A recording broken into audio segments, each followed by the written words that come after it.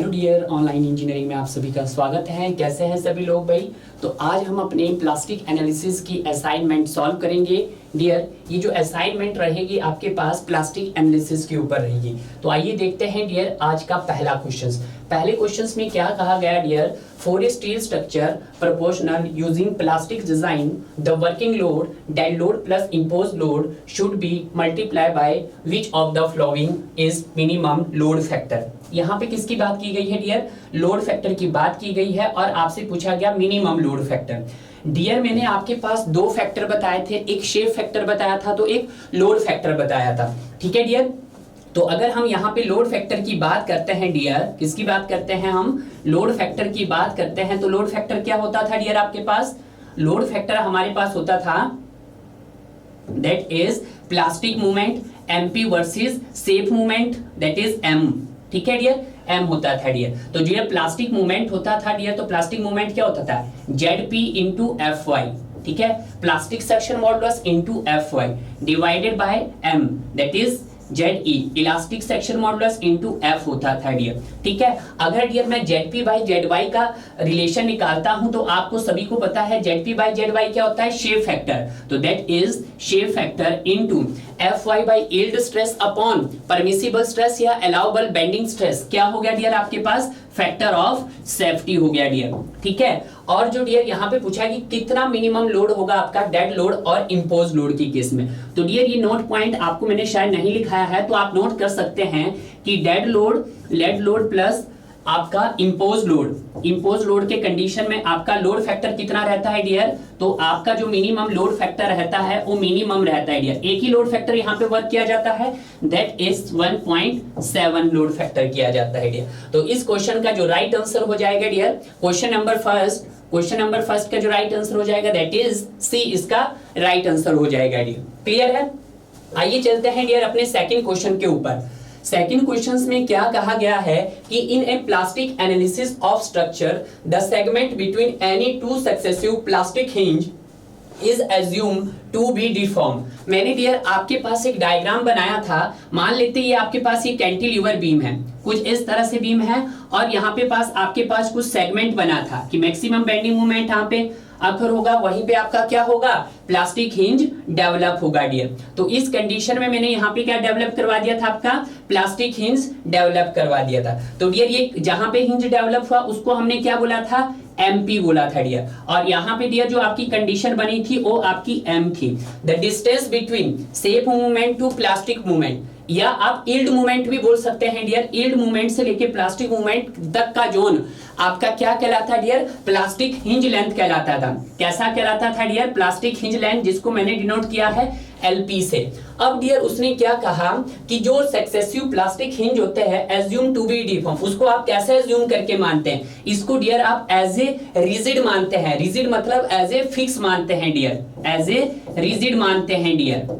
ठीक है dear? As a rigid मानते हैं क्योंकि आपका क्या बोलता है? Principal of virtual work done कहां पे एज्यूम नहीं होता डियर? जहां पे आपका initial theta and slope of the beam can not be change. ठीक है? कि इनिशियल में क्या हो सकता है आपका? जब इनिशियल होगा तो इनिशियल पॉइंट में ना तो वहां पे डियर लोड चेंज होगा और ना ही डियर वहां पे डिफ्लेक्शन चेंज होगी। अगर डियर लोड भी चेंज नहीं हो रहा है और डिफ्लेक्शन भी चेंज नहीं हो रहा है तो उस कंडीशन में आपके पास जो principal of virtual work done है डियर वो वर्क नहीं कर पाएगा। तो उसके लिए इस डायग्राम को कैसा बनना पड़ेगा? After the displacement it should be, हमने इसको स्टेट माना और एज ए रिजिड मानते हैं डियर। तो राइट आंसर क्या हो जाएगा डियर? इसका B is the correct answer हो जाएगा। This is the question number second dear. अब क्वेश्चन नंबर थर्ड, आइए देखते हैं dear, which of the following is the correct maximum share capacity of the prismatic beam under the plastic section design of steel structure. अगर dear हम यहाँ पे किसकी बात करें? मैक्सिमम शेयर कैपेसिटी की बात करते हैं। ये भी एक इंपॉर्टेंट पॉइंट है। मैक्सिमम शेयर कैपेसिटी, जो आपके पास मैक्सिमम शेयर कैपेसिटी ऑफ किसकी होती है डियर? इज कितनी होती है? 0.55 FY होती है for the plastic section, plastic analysis में, प्लास्टिक एनालिसिस में। ठीक है डियर, ये भी आपके पास डाटाबेस क्वेश्चन है। ठीक है, कोडल प्रोविजन है, तो आपके पास यहाँ पे राइट आंसर क्या हो जाएगा डियर, 0.FAW, ये भी लिख देते हैं एरिया ऑफ वेब, तो दैट इज ये आ जाएगा 0.55 AW इनटू FY। ठीक है डियर, तो राइट आंसर क्या हो जाएगा डियर, यहाँ पे आपके पास 0.55, तो that is B is the correct answer. ठीक है डियर, अब हम बात करते हैं क्वेश्चन नंबर 4 की डियर। अब डियर ये अगर आपको ये सारी चीजें क्लियर हो, तो मैंने आपको पहले भी बताया था ये सारों की सारी कंडीशन मैंने आपको यहाँ पे करवाई है। देखिएगा डियर, 1 2 3 तीनों कंडीशन डियर मैंने आपको करवाई है, और तीनों कंडीशन में आपको सभी को पता है this is the D D D D, ये सारी कंडीशन मैंने आपको ऑलरेडी करवाई है। अगर डियर मैंने आपको पहले अगर सिंपली सपोर्टेड बीम का केस अगर मैंने आपको करवाया था कि वन एंड उसका डियर इधर हिंज है और अदर एंड उसका डियर रोलर है, और यहाँ पे क्या लग रहा है डियर, यहाँ पे आपका पॉइंट लोड लग रहा है, इक्वल डिस्टेंस पे लग रहा है, दैट इज L/2 पे एंड दैट इज L/2 पे। ये मैंने आपको करवा चुका हूँ, केस में मैंने आपको करवा चुका हूँ कि जब ऐसा लग रहा था तो डियर यहाँ पे कोलैप्स लोड कितना आ रहा था, तो यहाँ पे आ रहा था 4 MP/L आ रहा था। L क्या है डियर आपके पास, that is total length. Calculate नहीं करूंगा क्योंकि ऑलरेडी केस में आपको ऑलरेडी करवा चुका हूँ डियर। फर्स्ट केस में ये था डियर, और अगर हमने डियर इसका सेकंड केस अगर मैं इसका यूडीएल भी बनाता था डियर, यूडीएल का भी करवाया है मैंने। ठीक है, आपको ये 3-4 केस तो याद होने ही चाहिए, क्योंकि वनडे एग्जाम में होता क्या, इतना टाइम नहीं होता कि आप इसको कैलकुलेट करें डियर। तो this is the L/2 and this is the also L/2। अब डियर L/2 और ये लेंथ भी आपके पास क्या है डियर, दैट इज L है। ये केस कैसा है डियर आपके पास, यूडीएल है, तो मैं यहाँ पे डियर यूडीएल शो कर लेता हूं, यहाँ पे क्या शो कर लेता हूं, यूडीएल। तो इस केस में भी डियर मैंने आपको बताया था कितना आया था, तो इस केस में आया था आपके पास WL², ये आया था डियर आपके पास, दैट इज कितना आया था भाई, 8 MP/L² आया था डियर। तो ये भी हम केस ऑलरेडी कर चुके। और डियर तीसरा केस डियर मैं तीसरा केस भी कर चुका हूं इस तरह से कि जब आपको इसेंट्रिक लोडिंग कंडीशन आ रही है, और उसके बाद डियर फिक्स बीम का कंडीशन किया हमने। फिक्स बीम के कंडीशन में भी आपने पॉइंट पे लगा के देखा था डियर कि अगर उसके सेंटर पे क्या एक्ट कर रहा है, पॉइंट लोड, तो ये भी डियर L/2 हो जाता और ये भी डियर L/2 हो जाता। और टोटल लेंथ कितनी थी डियर, ये आपके पास L थी। तो ये केस भी आपको ऑलरेडी करवाया था, और यहाँ पे कितना आया था डियर, W8 MP/L आया था डियर। क्लियर है डियर। तो अगर मैं यहाँ पे कंडीशन देखूं तो पहले वाली कंडीशन का क्या हो जाएगा डियर आपके पास, पहले का तो 1 का 1 ही रहेगा क्योंकि सेम है, ये क्वेश्चन सही है, यानी कि मैं यहाँ पे लिख देता हूं सर A का 1 है। अगर हम डियर अभी बात करते हैं C की, तो C का क्या है डियर 8 MP/L, तो C का क्या आ जाएगा डियर 4 आ जाएगा, यानी कि C का कितना आ जाएगा 4 आ जाएगा, यानी A का 1 और C का 4। A का 1 कहां पे डियर आपके पास, A का 1 B में भी है और इसमें भी है, A का 1 एंड C का 4। ठीक है, A का 1 और इसमें भी है। देखिएगा पहला तो नहीं हो सकता और आपके पास डियर C भी नहीं हो सकता, तो ऑप्शन हो सकते डियर आपके पास ये वाले, तो 2 तो आपको मिल गए डियर। अब तीसरी कंडीशन में डियर मैंने यूडीएल का इसका बताता, क्योंकि मुझे ज्यादा केस नहीं 6 केसेस मैंने आपको ऑलरेडी करवाए हैं, तो 6 केसेस में अब तीसरे केसेस देखते हैं कि जब सर यूडीएल लगा था, तो यूडीएल लगा था डियर कुछ आपके पास फिक्स बीम में, तो यहाँ पे कितना बना था आपके पास, तो यहाँ पे बना था that is W is equal to 16 MP/L² बना था डियर, कुछ ये बना था।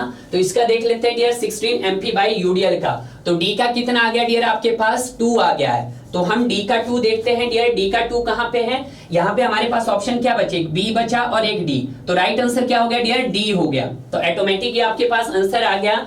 तो यहाँ पे इसका कितना आ गया डियर, ये आ गया। ठीक है, तो सारी ये स्टैंडर्ड केसेस है डियर, ये वनडे एग्जाम की तैयारी कर रहे हो आप, तो 6 के 6 केसेस जो आपको डियर पॉइंट टू लर्न होने चाहिए। ठीक है, वैसे सारी कैलकुलेशन आपको ऑलरेडी करवाई है डियर। क्वेश्चन नंबर नेक्स्ट, ये भी डियर मैंने आपको करवाया है।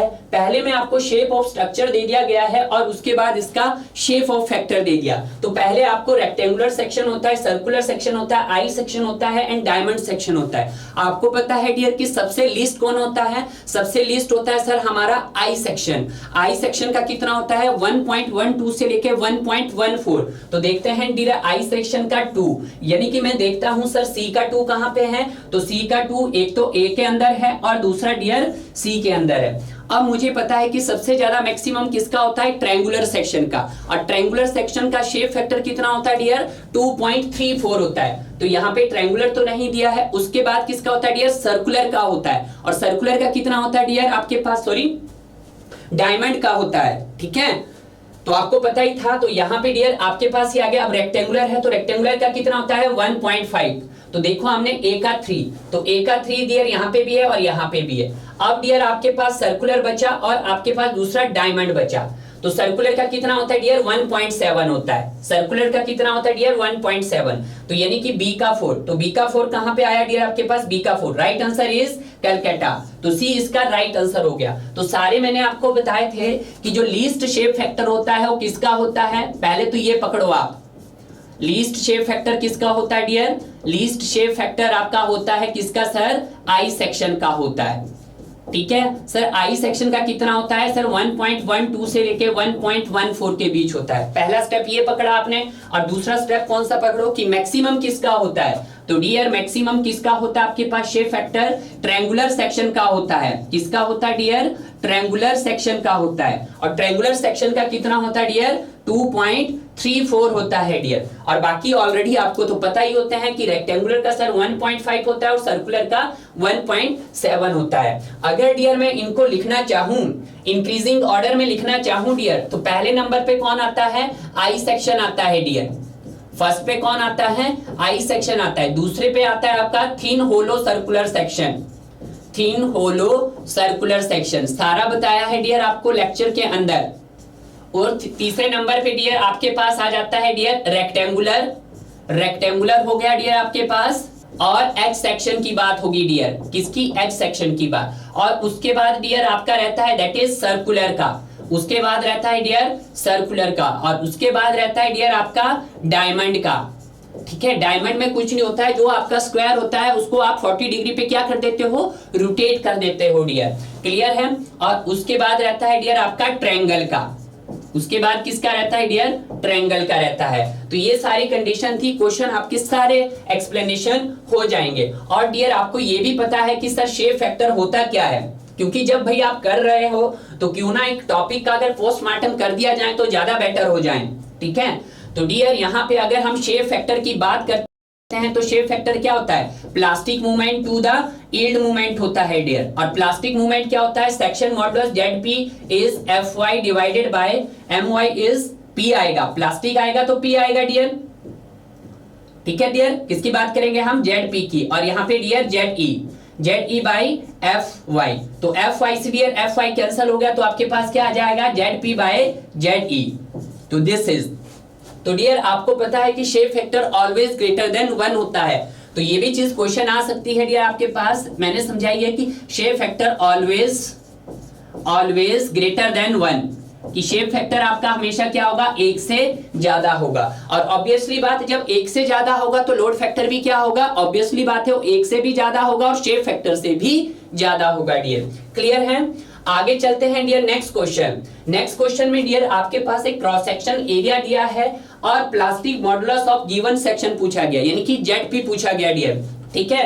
अगर डियर मैंने आपको यहाँ पे ZP को दिखाऊं तो ZP आता है according to plastic neutral axis के डियर, और अगर ZE देखते हैं डियर ये आता है इलास्टिक न्यूट्रल एक्सिस के अकॉर्डिंग। जब प्लास्टिक न्यूट्रल एक्सिस से अकॉर्डिंग ZP निकालते हैं डियर, उसके लिए फॉर्मूला है A/2 Y1 bar plus Y2 बार, क्लियर है डियर। जब हम इलास्टिक न्यूट्रल एक्सिस के कॉरस्पॉन्डिंग निकालते हैं डियर तो दैट इज I/Y। जैसे हम सॉम की एनालिसिस करते हैं तो यहाँ पे भी इलास्टिक न्यूट्रल एक्सिस में भी आप सेम डियर इसी की एनालिसिस करने वाले होंगे डियर, क्लियर है। तो यहाँ पे भी डियर कुछ ऐसा ही पूछा उन्होंने आपसे, क्या पूछा है, प्लास्टिक सेक्शन मॉडुलस। किसकी बात कर रहे हैं, प्लास्टिक सेक्शन मॉडुलस की बात कर रहे हैं। यहाँ पे आपके पास सेक्शन को उल्टा कर दिया है, कोई बात नहीं, घबराना नहीं कि सर ये उल्टा क्यों कर दिया है। आपके पास डियर सेक्शन 1 ये है और सेक्शन 2 ये है डियर, क्लियर है। तो सबसे पहले डियर मैं इसका क्या फाइंड आउट कर देता हूं, एरिया फाइंड आउट कर देता हूं। तो एरिया क्या आएगा, पहले का क्या आएगा डियर आपके पास,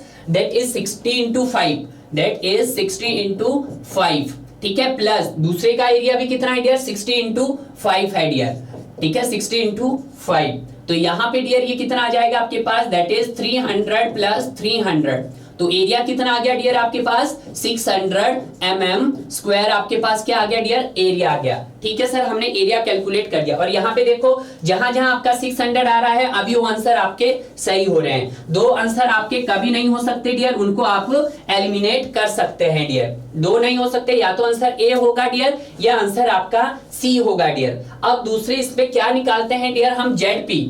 तो ZP क्या होता है dear A/2 is Y1 bar plus Y2 bar. तो दोनों सेक्शन का क्या निकाल दीजिएगा डियर आप CG निकाल दीजिएगा। तो यहाँ पे डियर 60 है तो इसका CG कहां पे लाई करेगा डियर कुछ ये लाई करेगा, तो दैट इज ये कितना आ जाएगा 30। अब यहाँ पे डियर ये वाला सेक्शन है रेक्टेंगुलर सेक्शन है, इसका CG निकाल दीजिएगा तो ये 5 है डियर। तो इसका CG कितना आ जाएगा डियर आपके पास दैट इज 2.5, 5 का आधा हो जाएगा 2.5 आ गया डियर। तो that is area that is 600 divided by 2 is Y1 bar is 30 plus Y2 बार, और Y2 बार कितना है डियर आपके पास दैट इज 2.5, दैट इज 2.5 आधा कर दिया सेक्शन का। ठीक है डियर, तो यहाँ पे डियर आपके पास 300 आ गया इनटू 30 प्लस 2 इज 32.5। तो डियर हमने इसको क्या किया सॉल्व किया। तो इसको डियर मैं सॉल्व करके देखता हूं, आप भी इसको सॉल्व करके देख सकते हैं। तो दैट इज 300 मल्टीप्लाई बाय 32.5, तो ये कितना आ गया डियर आपके पास 9750 mm²। ठीक है mm³ ZP कितना आ गया डियर ये आ गया आपका सेक्शन मॉडुलस। तो आंसर मैच हो गया डियर 9750, तो आंसर क्या आ गया डियर सी क्वेश्चन आ गया। इस टाइप के क्वेश्चन डियर वनडे एग्जाम में अक्सर पूछे जाते हैं डियर। आगे चलते हैं नेक्स्ट क्वेश्चन में मूव करते हैं dear. Very simple questions. Question में क्या कहा गया है कि a load P is applied at the middle simply supported. आपके पास सेक्शन कैसा दे दिया डियर एक सिंपली सपोर्टेड बीम का दे दिया। तो वही बात डियर यहाँ पे एक सिंपली सपोर्टेड बीम मैं बना देता हूं। मान लेते हैं मेरे पास ये सिंपली सपोर्टेड बीम है, ठीक है डियर, और उसके मिड पे एक लोड लगा है दैट इज W। तो इसका डियर अगर यहाँ पे सिंपली सपोर्टेड, इसको हम डियर सिंपल किस मेथड से कर सकते हैं लोअर बॉन्ड थ्योरम से भी डियर इसको कर सकते हैं। मैंने आपको एक वहां पे फॉर्मूला बताया था कि मैक्सिमम बेंडिंग मोमेंट बताया था डियर, बताया था मैंने आपको यहाँ पे कि maximum bending moment is equal to किसके हो जाएगा मोमेंट के। तो मोमेंट कितना है डियर यहाँ पे हो जाएगा कुछ MP। तो ये कुछ कंडीशन इस तरह से बनेगी डियर आपके पास, कुछ इस तरह से कंडीशन बनेगी। ठीक है, इसको सिंपल कर सकते हैं, इसको कैलकुलेट करने की जरूरत नहीं है। तो maximum bending moment simply supported में कितना हो, अगर डियर पॉइंट लोड लगा है तो दैट इज WL/4, तो दैट इज MP। तो दैट इज तो W कितना आ गया डियर आपके पास 4 MP/L आ गया। तो राइट आंसर मिल गया मुझे डियर यहाँ पे। तो अल्टीमेट वैल्यू मिल गई, यानी कि कोलैप्स लोड की वैल्यू यहाँ से भी कैलकुलेट कर दी डियर। तो दैट इज 4 MP/L आ गया डियर। तो दैट इज 4 MP/L।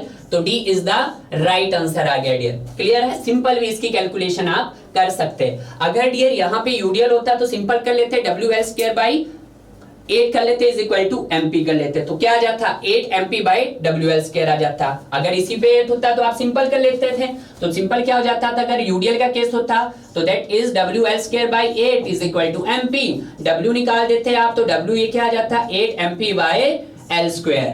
क्लियर है डियर। तो यहाँ पे ये कंडीशन भी आपका क्वेश्चन बड़ा इजी है, सारे केसेस मैंने ऑलरेडी आपको क्लियर करवाए हैं। ये नेक्स्ट क्वेश्चन डियर, पहले इससे पहले आपको T उल्टा दे दिया था, अब T सीधा दे दिया आपके पास। क्वेश्चन में क्या पूछा गया है इन ए T section shown in figure, ठीक है, below what is the distance of plastic neutral axis, कि क्या डिस्टेंस होगा plastic neutral axis from the measured down from top. Down from top से उसको डियर मेजर करना है। डाउन फ्रॉम टॉप मतलब इसको डियर प्लास्टिक न्यूट्रल एक्सिस मतलब आपका यहां से चेक करना है कि कितने डिस्टेंस पे होगा। अभी डियर मुझे पता नहीं है, मैंने सपोज कर लिया कुछ यहां जैसा होगा, पता नहीं है मुझे अभी, पर मैंने इसको टॉप से यहां पे मेजर किया, कुछ सर यहां पे होगा, मेजर कर लेते हैं। ठीक है डियर, तो वहां पे भी सेम कंडीशन सेम फॉर्मूला जैसे हमने डियर पहले लगाया था। तो इसका भी क्या निकाल दीजिएगा आप एरिया कैलकुलेट कर दीजिएगा। तो एरिया कैलकुलेट करेंगे डियर, तो एरिया कैसे आएगा dear that is 400 in 200 plus दूसरे का एरिया कितना है डियर 500 इंटू 100 डियर। इन दोनों को सॉल्व करेंगे डियर तो आपके पास टोटल एरिया आ जाएगा। टोटल एरिया कितना आया 40,000 एंड 50,000, तो कितना हो गया डियर ये आपका 90,000। तो कितना आ गया 90,000 mm² आ गया डियर। ये क्या आ गया डियर आपके पास, एरिया आ गया। अगर डियर मैं यहाँ पे एरिया a/2 करता हूं तो दैट इज ये कितना आएगा 45,000 mm²।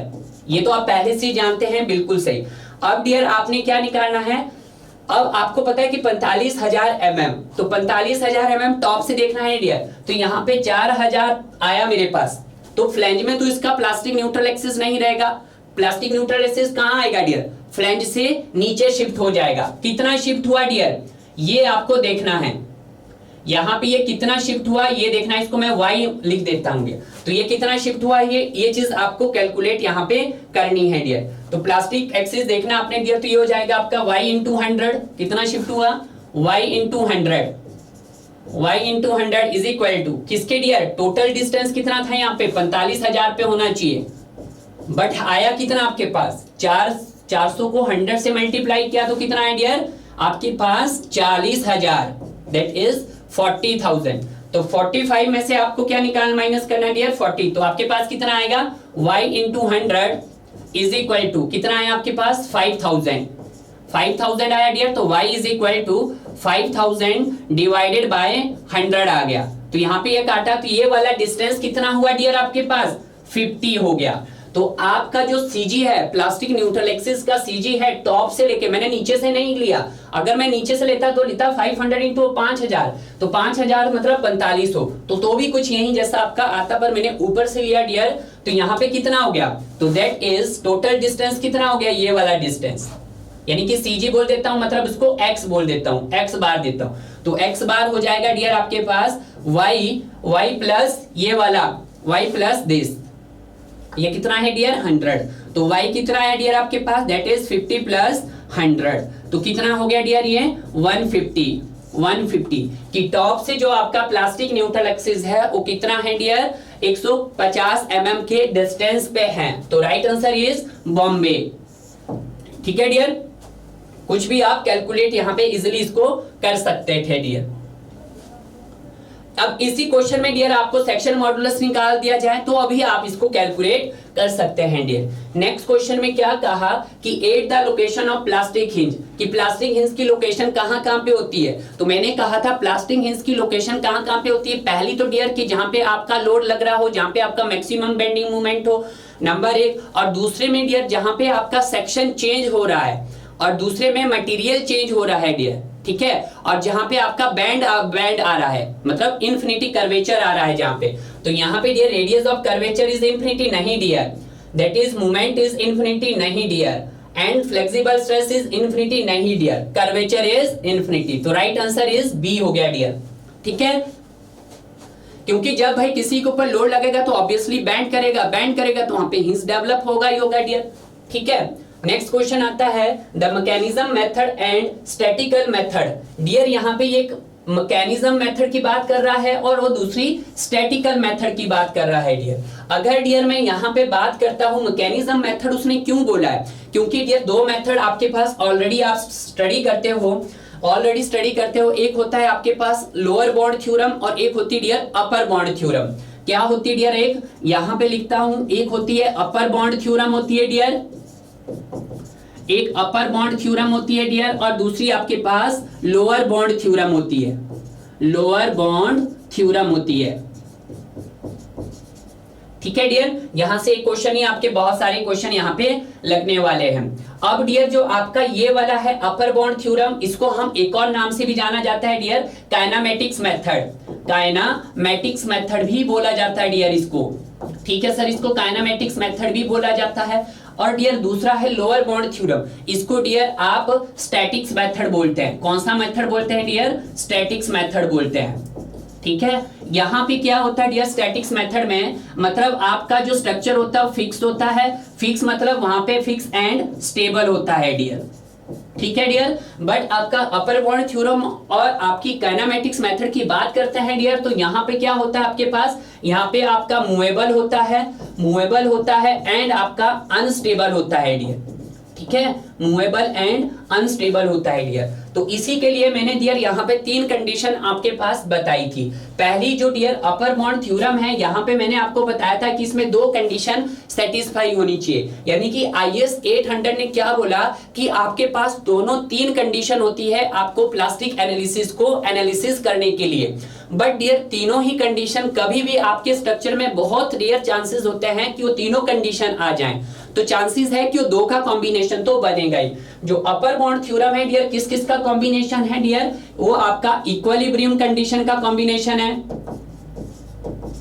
इक्विलिब्रियम कंडीशन का है डियर, और दूसरा डियर आपके पास मैकेनिज्म कंडीशन का है डियर, मैकेनिज्म कंडीशन का है, ठीक है डियर, मैकेनिज्म कंडीशन का है, ठीक है डियर। अगर हम बात करते हैं स्टैटिक्स मेथड की डियर, तो स्टैटिक्स मेथड में भी 2 कॉम्बिनेशन बनते हैं, इक्विलिब्रियम दोनों में कॉमन है dear. First is equilibrium condition आएगा डियर, इक्विलिब्रियम कंडीशन तो आएगा आपके पास, ये भी मैंने आपको ऑलरेडी बताया है। और दूसरी कंडीशन डियर आपके पास that is yield condition, yield condition dear, yield condition, ठीक है डियर। तो ये सारी कंडीशनें भी मैंने आपको ऑलरेडी स्टडी करवाई है डियर। तो डियर कभी कभी जो आपका लोअर बाउंड थ्योरम होता है, सॉरी अपर बाउंड थ्योरम होता है, उसको हम मैकेनिज्म कंडीशन से भी पुकारते हैं या मैकेनिज्म मेथड से भी बोलते हैं। तो जैसे आपके डायग्राम में बोला है, तो मैकेनिज्म क्या है डियर आपके पास, अपर है, ठीक है, सिंपल क्वेश्चन है यहाँ पे, तो ये अपर है, और जो स्टैटिक्स मेथड है वो लोअर बाउंड है, respective on the strength of the structure dear. इस टाइप के क्वेश्चन डियर बहुत बारी एजेई में बहुत सारे क्वेश्चंस आपके फ्रेम हो सकते हैं डियर। तो यहाँ पे आपको अपर बाउंड और लोअर बाउंड का कंसेप्ट क्लियर हो गया डियर, ठीक है। ज्यादातर जो हम डियर जो स्टडी करते हैं वो किसकी करते हैं, अपर बाउंड की थ्योरी ही हम स्टडी करते हैं डियर, क्लियर है। तो इतनी ज्यादा कंडीशन है जो आपको यहाँ पे डियर ये कंडीशन याद होनी चाहिए। उसके लिए डियर एक और यहाँ पे है कि जो P रहना चाहिए आपके पास, P मतलब P क्या होता है, true collapse load, P is less than equal to PU, कि जो आपका ट्रू कोलैप्स लोड है, सो ट्रू कोलैप्स लोड है वो आपके अल्टीमेट कोलैप्स लोड से क्या होना चाहिए, कम होना चाहिए। तो उसी तरह से जो आपका मैक्सिमम मोमेंट होना चाहिए वो भी क्या होना चाहिए, लेस देन अल्टीमेट मोमेंट से होना चाहिए डियर, ये भी मैंने आपको बताया है। उसी तरह से अपर बाउंड की बात करते हैं तो that is P is greater than PU होना चाहिए डियर, क्लियर है। इतनी थ्योरी आपके लिए इसके लिए सफिशिएंट है डियर।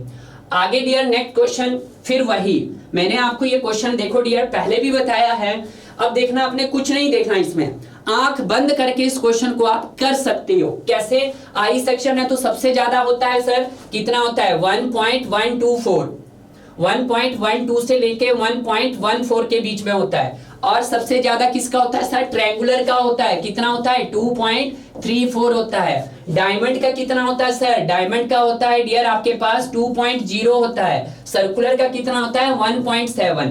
तो डियर पहले आई सेक्शन आएगा, 1 के बाद 3 आएगा और 3 के बाद 2 आएगा, 1 3 2 4। तो आंसर क्या आ गया डियर आपके पास, ये भी क्वेश्चन का आंसर आपके पास आ गया 1 3 2 4। तो that is 1 3 2 4, that is right answer is C आ गया डियर, ठीक है। 1 इज एक से छोटा 3, 3 से बड़ा है 2, 2 एंड 4 क्या है डियर, सबसे बड़ा है। तो राइट आंसर क्या हो गया डियर इसका, कैलकाटा हो गया डियर, क्लियर है। तो नेक्स्ट ये क्वेश्चन में क्या पूछा है, the plastic is formed in collapse mechanism. बिल्कुल प्लास्टिक इज डेवलप होता है डियर, तो n is equal to ds+1 यही होता है डियर। और काइनेमेटिक इंडिटरमिनेंसी कैसे निकाल, sorry number of independent mechanism कैसे निकालते हैं डियर, k कर से निकालते हैं, तो भी आपको मैंने बताया है डियर, ठीक है। तो पहले यहाँ पे पूछा है number of plastic hinge, number of plastic hinge कितने दे दिए डियर आपके पास, 4 दे दिए, और इंडिटरमिनेंसी कितनी दे दी डियर, 3 + 1 दे दी। तो दैट इज द कंडीशन क्या बन गई आपके पास, 4 इज इक्वल टू 4 बन गई डियर। तो कंडीशन क्या बन गई डियर आपके पास, इक्वल की बन गई। तो डियर यहाँ पे मैंने आपको लास्ट लेक्चर में ये बताया था कि n is less then n+1 हो डियर, तो इसका मतलब क्या होता है, और n is equal to dear n+1 हो तो इसका मतलब क्या होता है, और n is greater than n+1 हो तो इसका मतलब क्या होता है। अगर डियर कंडीशन आपके पास लेस देन की है तो इसको बोलेंगे हम डियर पार्शियली कोलैप्स, इसको क्या बोलेंगे डियर, पार्शियली कोलैप्स, इसको बोलेंगे डियर हम पार्शियली कोलैप्स बोला जाएगा, क्लियर है डियर? अगर आपके n+1 है, इक्वल आ रही है दोनों, तो इसको क्या बोलेगा? Completely collapse, completed collapse. ठीक है डियर? तो इसको हम ये बोल सकते हैं। अगर आपकी कंडीशन इज मोर देन हुई तो इसको क्या बोलेंगे डियर? हम ओवर कंप्लीटेड, ओवर कंप्लीटेड। ठीक है डियर? तो ये बोलेंगे। तो यहां पे हमारे पास कंडीशन कैसे बनी? इक्वल टू वाली। तो इक्वल टू में क्या आ जाएगा डियर आपके पास? That is completed collapse. तो राइट आंसर क्या हो जाएगा डियर इसका? आपका बॉम्बे इसका राइट आंसर हो जाएगा बी। ठीक है? तो इस तरह से क्वेश्चन भी आपके फ्रेम हो जाते हैं डियर। अगला क्वेश्चन लोड फैक्टर से क्वेश्चन है dear. For an I-beam shape factor is 1.12। तो आपके पास क्या दे दिया डियर? शेप फैक्टर दे दिया, दैट इज 1.12। तो आपके पास शेप फैक्टर दे दिया sir. The factor of safety is bending, factor of safety in bending दे दी dear 1.5। The allowable stress is increase by, allowable stress मतलब Fy, कि Fy को क्या कर दिया उसने? इंक्रीज कर दिया है। ये Fy dear for the wind and earthquake load की वजह से। देन लोड फैक्टर, तो डियर आपके पास लोड फैक्टर क्या होता है? अभी बताया आपके पास लोड फैक्टर डियर आपके पास होता है plastic movement to movement, yield movement भी बोलते हैं, क्योंकि सेम ही आता है, सेफ मूवमेंट लो चाहे यील्ड मूवमेंट, दोनों में ही ZE इंटू Fy आता है डियर, F आता है। तो वहां पे सेफ मूवमेंट की बात लूंगा मैं। ठीक है? यील्ड क्यों लूं भाई? तो ये हो जाता है आपके पास ZP by ZP into Fy divided by that is ZE into F बन जाता है। ठीक है? तो यहां पे डियर आपके पास कंडीशन ZP बाय ZE क्या होता है? Shape factor. तो that is shape factor into Fy divided by F। कुछ ये बना डियर। तो यहां पे आपके क्वेश्चन में कितना दिया है शेप फैक्टर डियर? तो आपके पास शेप फैक्टर दे दिया है दैट इज 1.12 दे दिया। यानी कि सेक्शन कैसा है? I सेक्शन है, और बोला भी उसने I है और दिया भी है। अब उसने क्या बोला है कि उसकी जो फैक्टर ऑफ सेफ्टी है, यानी कि फैक्टर ऑफ सेफ्टी है वो 1.5 है बेंडिंग की, तो इसको मैं 1.5 लिख देता हूं। और साथ में बोला है कि जो अलाउबल स्ट्रेस इंक्रीज बाय 20%, तो अलाउबल स्ट्रेस मतलब F, इसको कितना इंक्रीज कर दिया है? 20%। 20 मतलब 1.20। ठीक है डियर? तो 1.20। तो इस यहां से डियर आप सॉल्व कर दोगे, तो सॉल्व करके डियर जो भी आपके पास आ जाएगा यहाँ पे राउंड ऑफ 1.40 आपके पास यहाँ पे फाइनल आंसर आ जाएगा। आपको लग रहा होगा सर ये समझ नहीं आया। अरे भाई उसने कुछ नहीं कहा, शेप फैक्टर 1.12 दे दिया। अब उसने कहा है कि फैक्टर ऑफ सेफ्टी क्या होती है? Fy अपॉन F, तो उसने फैक्टर ऑफ सेफ्टी भी दे दी है। और फिर बोला है कि फैक्टर ऑफ सेफ्टी के साथ उसने मल्टीप्लाई किया किसका? उसकी परमिसिबल बेंडिंग स्ट्रेस का, यानी कि F का। तो F किसके हैं? आपके नीचे हैं, तो नीचे मैं क्या करूंगा? उसको मल्टीप्लाई ही तो करूंगा। तो यहाँ पे 20% का मतलब क्या है? इंक्रीज किया तो 1.20, अगर वो डिक्रीज करता तो मैं 80% लिखता। उसने तो इंक्रीज बोला तो 1.20 हुआ डियर। ठीक है? तो यहां पे आंसर आ गया आपके पास दैट इज 1.40। नेक्स्ट डियर, इस टाइप का क्वेश्चन भी डियर मैंने आपको ऑलरेडी करवा चुका हूं डियर। यहां पे क्या हो रहा है डियर? पहला केस फिक्स बीम का बनेगा। पहले आप फिक्स बीम पे हिंज कैलकुलेट करोगे, वहां पे कोलैप्स लोड कैलकुलेट करोगे, और सेकंड कंडीशन में जहां पे आपका सेक्शन चेंज हो रहा है वहां पे डियर आप कैलकुलेट करेंगे। तो आइए देखते हैं डियर वन, क्योंकि देखो बीम कैसा है? फिक्स। पहली कंडीशन कि लोड आप मैक्सिमम जो हिंज है वो हिंज कहां डेवलप हो सकता है सर? हिंज हमारा वहां डेवलप हो सकता है जहां पे तो लोड लगा हो, पहली कंडीशन। तो जो लोड लगा है हम वहां पे डेवलप करके दिखा दें। पहले तो सर आपने बोला है कि सर वहां दिखाओ जहां पे लोड डेवलप हुआ। बिल्कुल भाई, जहां पे लोड डेवलप हुआ हम वहीं दिखाएंगे, हम उससे बाहर जाएंगे भी नहीं। ठीक है? पहले वहां पे जाएंगे सर ये और ये। ठीक है डियर? पहले मैंने तो ये कितने डिस्टेंस पे है डियर? ये L/2 डिस्टेंस पे है, तो यहां पे लिख देता हूं मैं डियर L/2 डिस्टेंस पे है, और ये भी हो जाएगा डियर L/2 डिस्टेंस पे। तो ऑब्वियसली बात है बीम कैसा है? फिक्स है। तो डियर आपका फिक्स पे भी क्या होगा डियर? हिंज डेवलप होगा। यहां पे भी डियर हिंज डेवलप होगा, और डियर यहां पे भी हिंज डेवलप होगा। यानी कि नंबर ऑफ हिंज कितने डेवलप हो गए डियर? यहां पे 3 डेवलप हो गए। तो ऑब्वियसली बात है डियर यहां पे आपका थीटा भी आएगा, यहां पे भी डियर आपका थीटा आएगा, और डियर यहां पे भी आपका ये थीटा उधर शिफ्ट हो जाएगा डियर। तो ये कितना हो जाएगा? Theta plus theta. सर आपने थीटा थीटा क्यों लिया? अरे भाई जब लेंथ दोनों जगह इक्वल सेक्शन डिवाइड कर रही है तो उतना ही थीटा इधर होगा, उतना ही थीटा इधर होगा। तो डियर यहाँ पे जो डिफ्लेक्शन होगी वो भी l/2 थीटा की होगी, और यहाँ पे जो डिफ्लेक्शन होगी डियर वो भी l/2 थीटा की होगी। क्लियर है डियर? तो जब यहाँ पे l/2 थीटा की डिफ्लेक्शन होगी तो हम क्या लगाएंगे डियर? हम according to the principle of virtual work done, और वो क्या बोलता है dear? External work done is equal to internal work done.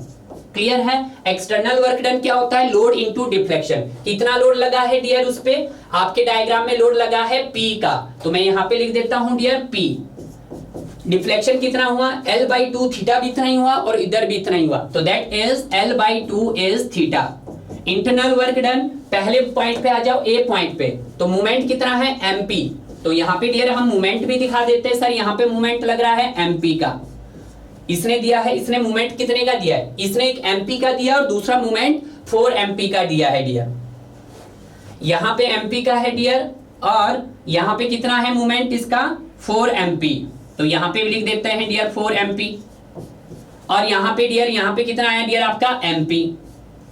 ठीक है डियर, mp मूवमेंट। तो आपको पास क्या हुआ? पहले आया डियर mp थीटा, प्लस दूसरे पे आया डियर mp 4 mp थीटा, और तीसरे पे आया डियर आपके पास that is mp theta plus theta, theta plus theta. ठीक है डियर? तो यहाँ पे dear pl theta is equal to do, यहाँ पे कितना आ गया डियर? 1 mp, 4 और 1 5, 5 और 2 7 mp, तो कितना आ गया डियर आपका? 7 mp थीटा। थीटा से डियर थीटा कैंसिल हो गया है, 2 ऊपर चला गया, तो यहाँ पे कोलैप्स लोड क्या आ जाएगा? That is 14 mp by l आ गया डियर। ठीक है डियर? ये तो कब आया? कि जब आपका हिंज के लोकेशन, आपकी लोड की लोकेशन कहां पे डियर? मिड पे है। अब दूसरा केस बनेगा डियर, सेकंड केस इसका क्या बनेगा? सेकंड केस में डियर इसकी हम लोकेशन थोड़ी सी कहां ले चलते हैं? जहां पे हम लेके गए थे। तो दूसरे डायग्राम में मैं दूसरा इंक यूज कर रहा हूं भाई।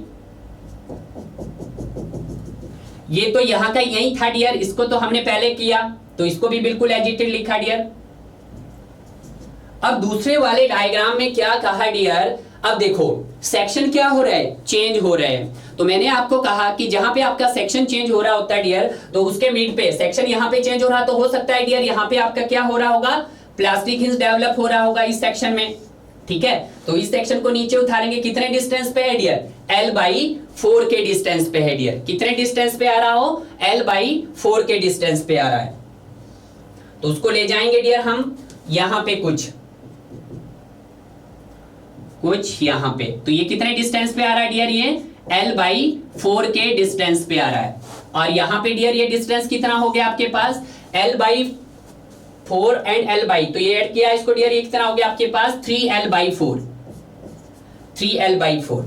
अब डियर कंडीशन फिर से, यहां पे डियर अगर आपके पास थीटा होगा तो ऑब्वियसली बात है, यहां पे देखो लेंथ क्या है? सेम नहीं है, तो यहां पे डियर मैं अल्फा लिख सकता हूं, जी सर लिख सकते हैं। ठीक है? तो अब यहाँ पे भी नीचे जो आपके पास एंगल बनेगा तो डियर यहाँ पे भी कैसा बनेगा? That is alpha plus theta बनेगा डियर।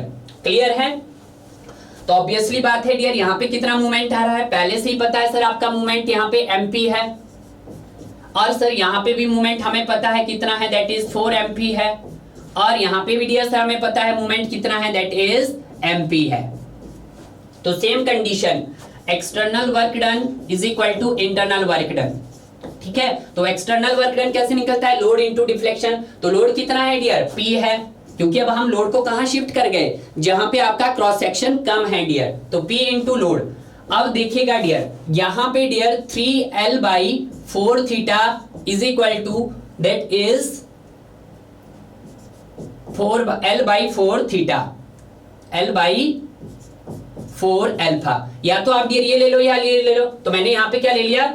3l/थीटा ले लिया। ये दोनों डिफ्लेक्शन क्या होगी डियर? सेम होगी। तो दैट इज यहाँ पे आ गया डियर इंटरनल वर्क डन। तो इंटरनल वर्क डन क्या होगा? Load into deflection. तो यहाँ पे डियर mp थीटा प्लस दूसरी वाली कंडीशन में डियर 4 mp अल्फा।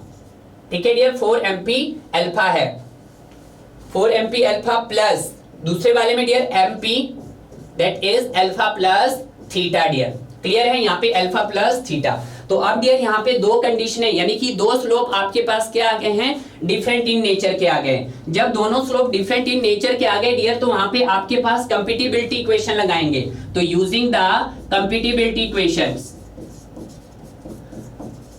तो यहां पे क्या लगाया डियर, हमने कंपैटिबिलिटी इक्वेशन लगाया।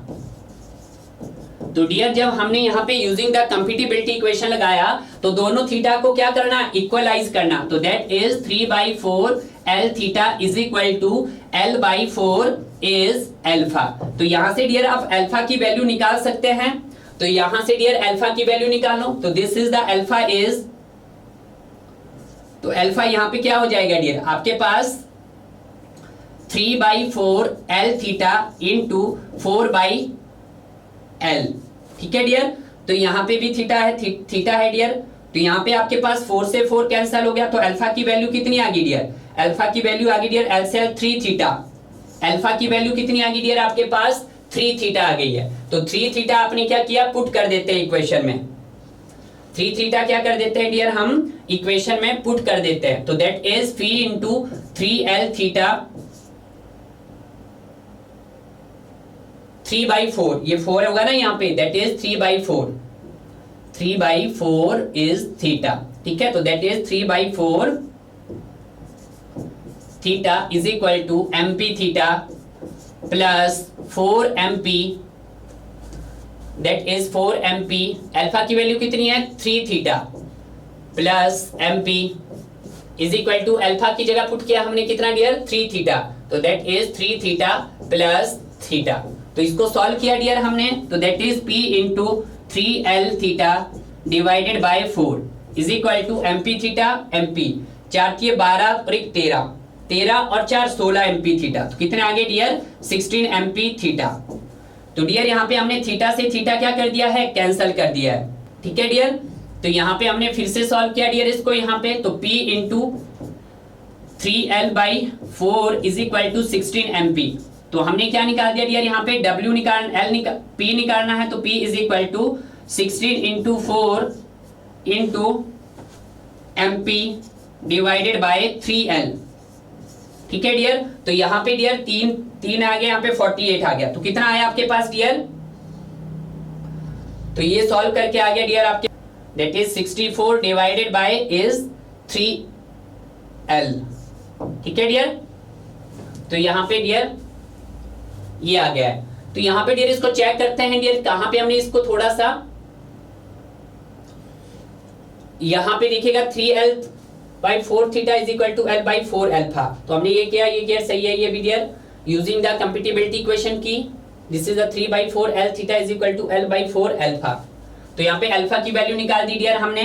तो अल्फा की वैल्यू कितनी आई डियर, आपके पास 3 थीटा आ गई।